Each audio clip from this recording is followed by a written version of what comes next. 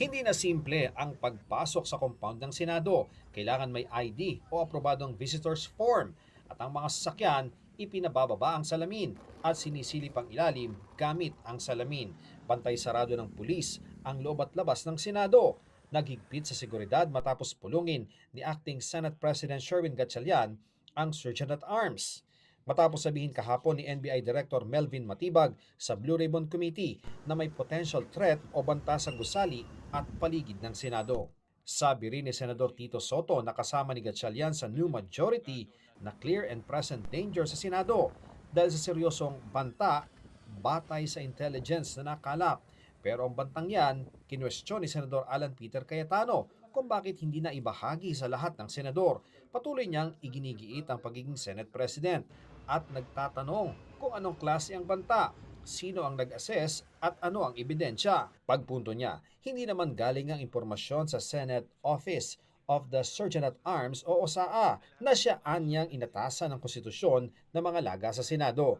Dapat anyang timbangin muna ang impormasyon kung galing sa NBI na ipinunto niyang humarang kay Senador Ronald Bato de la Rosa noong May 11 at sinisi niya sa pamamaril sa pagitan nito at ng Senate Security noong May 13. Sinisika pa naming makuha ang panig ng bagong mayorya kaugnay niyan. Pero sabi ng itinalaga nitong Sergeant at Arms sa si retired Police Major General Alfred Corpus, inaalam pa niya kung anong specific threat sa Senado. I have to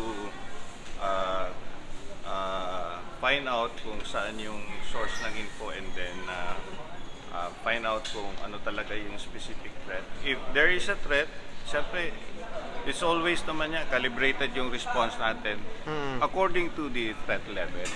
Mahiwalay pang inaalala si Senador Ping Lacson ang lumalaki umanong pagkadismaya sa hanay ng sandatahang lakas hanggang sa batalyon at regional levels na delikado anya kung samantalahin ang mga gustong magpabagsak sa gobyerno. Naugnay umano ito sa power play sa Senado, flood control scam at pagmahal ng bilihin, bagaman sketchy and raw o malabong impormasyon pa.